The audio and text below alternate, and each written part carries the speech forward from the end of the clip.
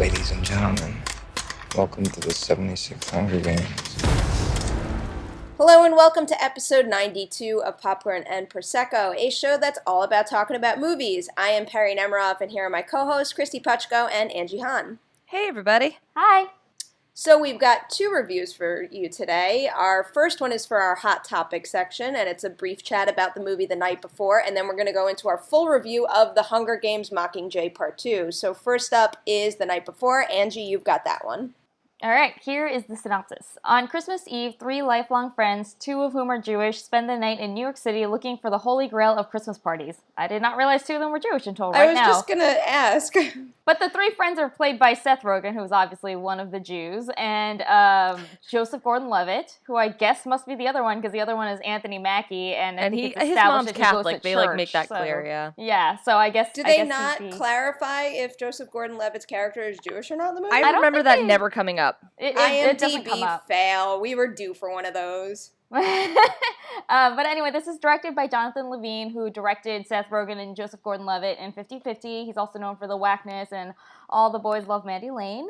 So The Night Before is, it's a holiday comedy, and it's being a holiday comedy and being a Jonathan Levine movie. It's kind of sentimental, and I think the thing that people are going to be kind of across the board on is how much you can stomach his sort of like mix of goofy and sentimental, because parts of this movie plays like a stoner comedy like that you would see Seth Rogen and Evan Goldberg direct, like The Interview or This Is the End, and then other parts of it are kind of like really, and I guess sometimes it's not a good fit with them trying to be a little bit more serious and a little bit more sentimental, because all three of the guys have like sort of a personal issue going on. The movie keeps jumping back and forth between hard R-rated comedy and like Hallmark movie, and I don't think that it needed to feel like two disparate sections, because Harold and Kumar did a Christmas movie, and I found that movie weirdly touching while always being wacky. But it's like anytime this movie has to do something heartfelt or emotional, we like drop any attempt at comedy, and like everyone just has to be like, no, but real talk, guys.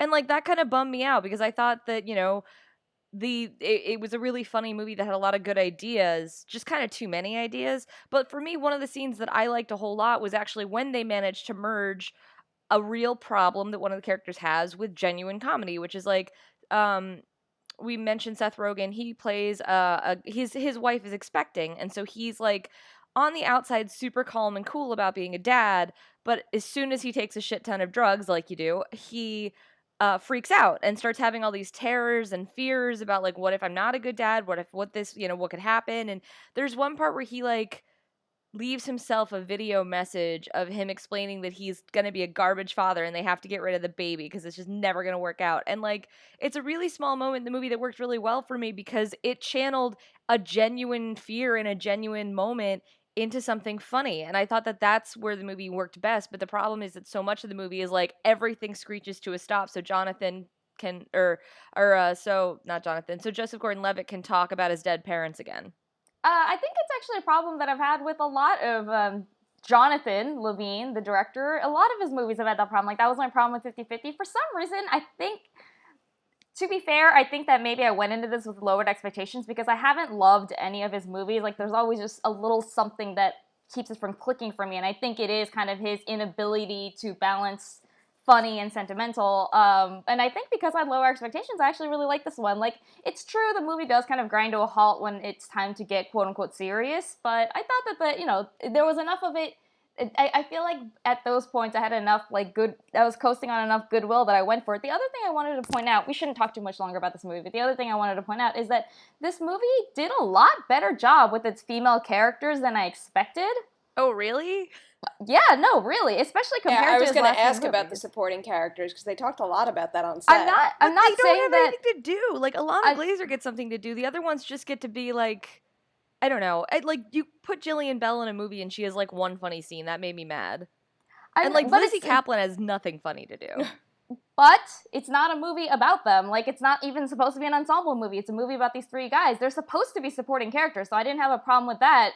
And I was actually kind of pleasantly surprised at the way that they managed to be. They are like, they're the love interests and girlfriends in the comedy, so there's a limit to how much they're really allowed to do, but at the same time, I thought that, between the material and the actresses, they were given as much as you could possibly, they managed to get as much out of those characters as you possibly could. I mean, compare that especially to like 50-50, where Anna Kendrick is like a terrible psychiatrist and Bryce Dallas Howard is like a shrew.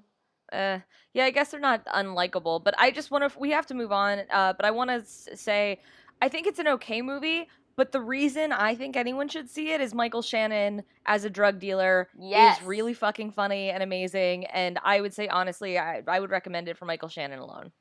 That's a great segue to the Hunger Games. Not really. Sure. But okay, let's just do it anyway. So wait, do you guys recommend people seeing the movie overall? Yes, and I suspect it's going to be on rotation in HBO like by next year, so Yeah. it's a good movie for that. All right, well, maybe I'll wait till then.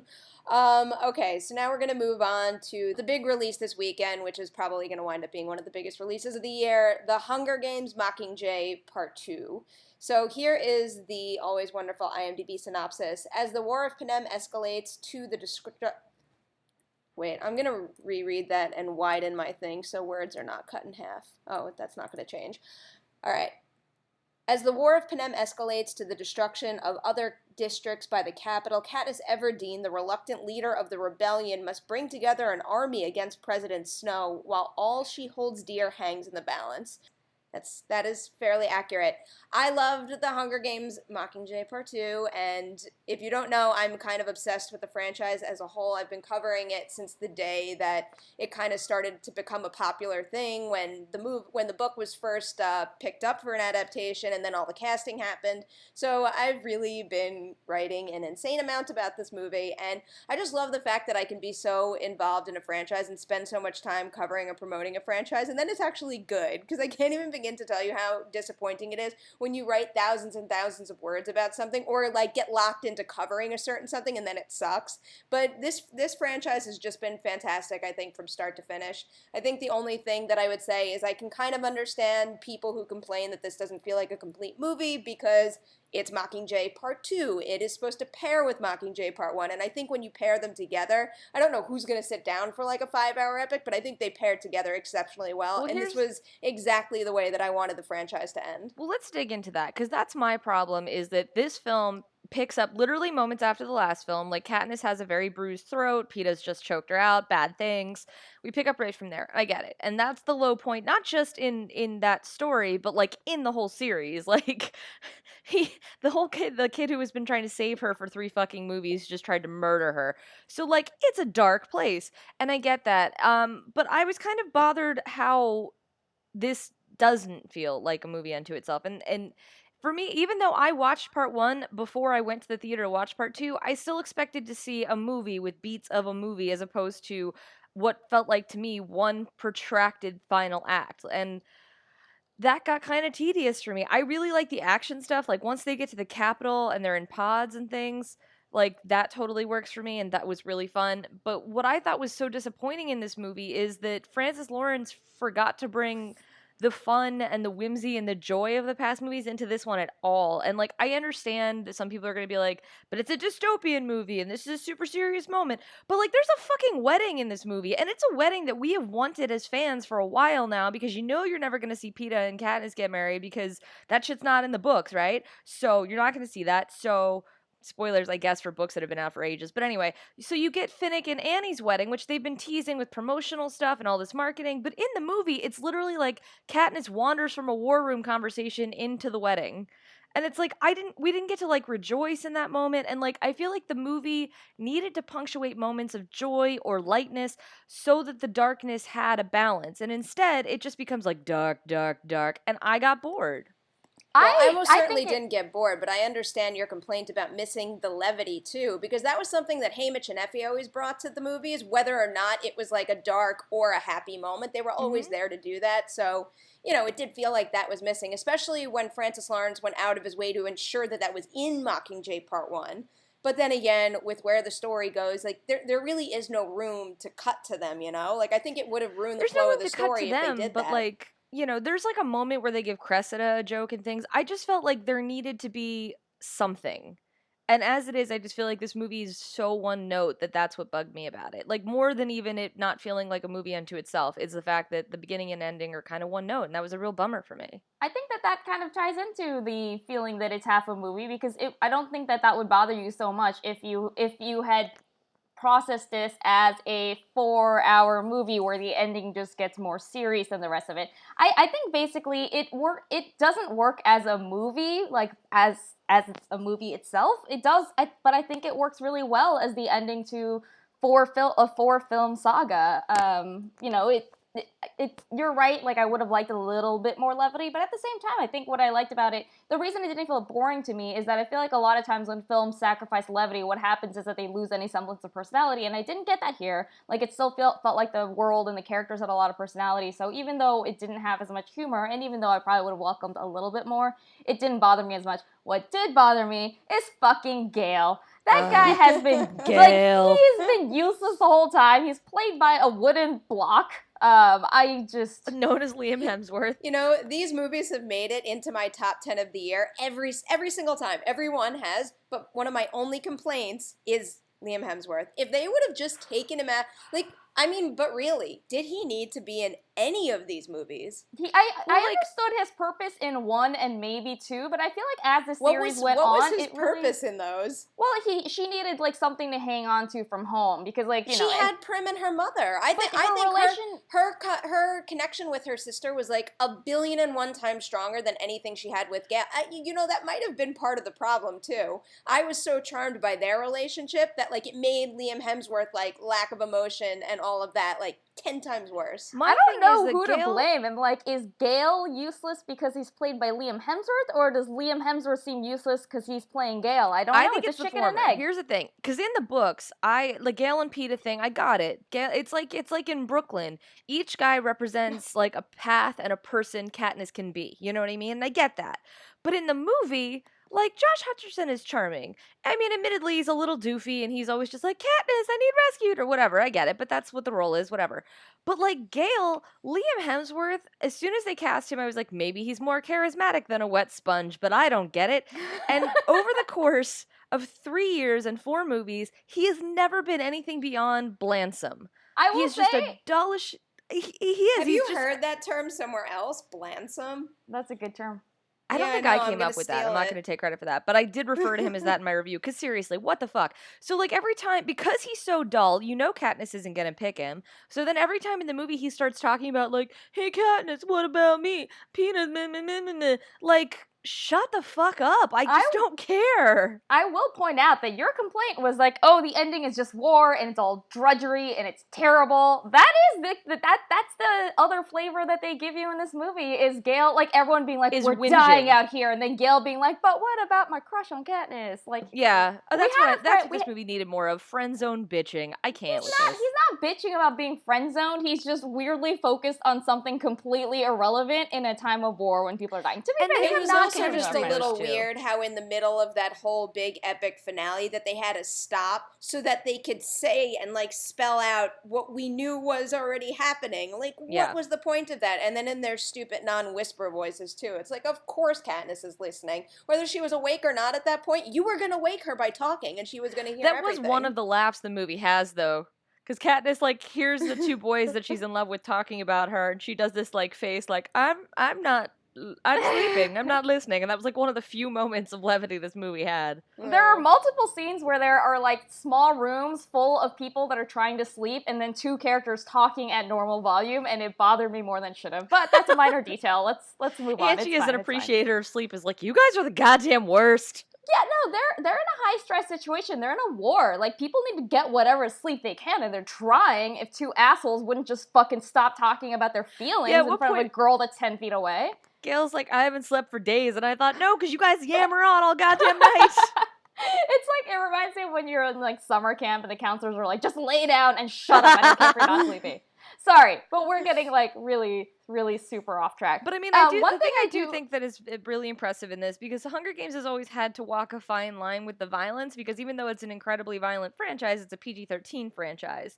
So you need it to be impactfully violent, but not viscerally violent, because then the MPA is going to be like, whatever. So in this, I actually thought that the traps in the Capitol are nightmarish. Like, they're very upsetting. It's about as dark and violent as you can get and keep it PG-13. Like, they come up with some creative ways to not show that much actual blood, because that's a big thing for the MPAA. There is actually, I mean, is there really any blood except for what might be smeared on, like, someone's face after The taking very a punch end, or there's a something little bit like of blood. that? Very like, literally the final. Yeah. Like, there's at one point, this guy, you watch him just get fucking decimated, and he just kind of, like, shatters, because it's, like, You a weird see that, weapon. I think you He's see that in incinerated. the trailer. He just becomes dust. That was very upsetting. Yeah. It was also just very upsetting the way that it was worked into that sequence, too, because it's like, you know, they get out of one thing and you're almost, like, ready to, like, sit back and take a breath, and then all of a sudden it comes out of nowhere. I thought And that also, was like, really well the done. reaction on Natalie Dormer's face when that happens really sells that moment, Yeah. because Cressida's so calm, and then she gets this look of, like, what the fuck just happened? And you're like, She's- I know, right? She's like, great in this, because she's had, like, a little nothing role, you know, all throughout Mockingjay leading up to this, but, like, all of a sudden she started to, and, like, same with Castor and Pollux. I mean, they were obviously, you know, being a little manipulative with the scenes that they gave the two of them, but it was just kind of like a really nice way to make them feel important and not it like gave the props movie some anymore. personal stakes outside of the ones we already know. It, like, built more layers, and I liked Yeah. all that. All the stuff in the Capitol I thought was but great. that's why I think the really dark and, like, not having as much levity and just focusing on the war, I think that worked really well, just because, I mean, they can do it at this point. They built up these characters enough,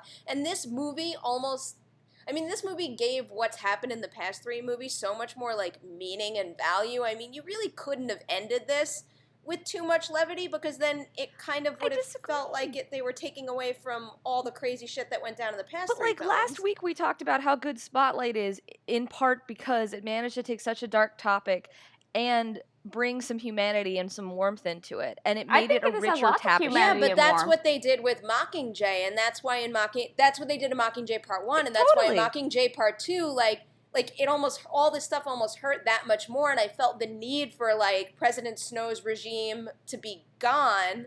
I mean, I wanted to say something else about that topic, but we would need a spoiler section for that. But that's kind of why, like, at the end here, I really just was, like, 110% behind everything that Katniss did, because all of this needed to end.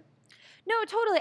My thing is just that I think you need those punctuations and tension and some moments of levity so that the audience can kind of reset a little bit, because there were people laughing at parts in the movie I don't think were intended to be laughed at. And I think that's just because the audience is so geared up, they don't know what to do.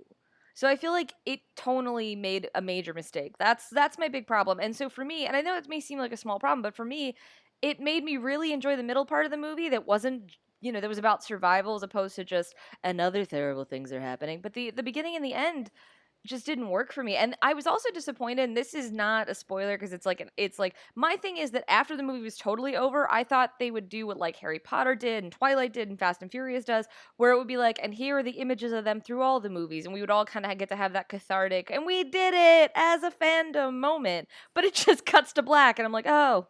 But I like that better, because one of the things about the Hunger Games that I think makes it unique as a franchise is how like the ending is kind of, it's not just a completely like, and then, you know, Voldemort got killed and everyone lived happily ever after. Frodo dropped the ring in that volcano thing and now everyone's happy, and Sam went off to marry that girl he pretended he's been in love with this whole time.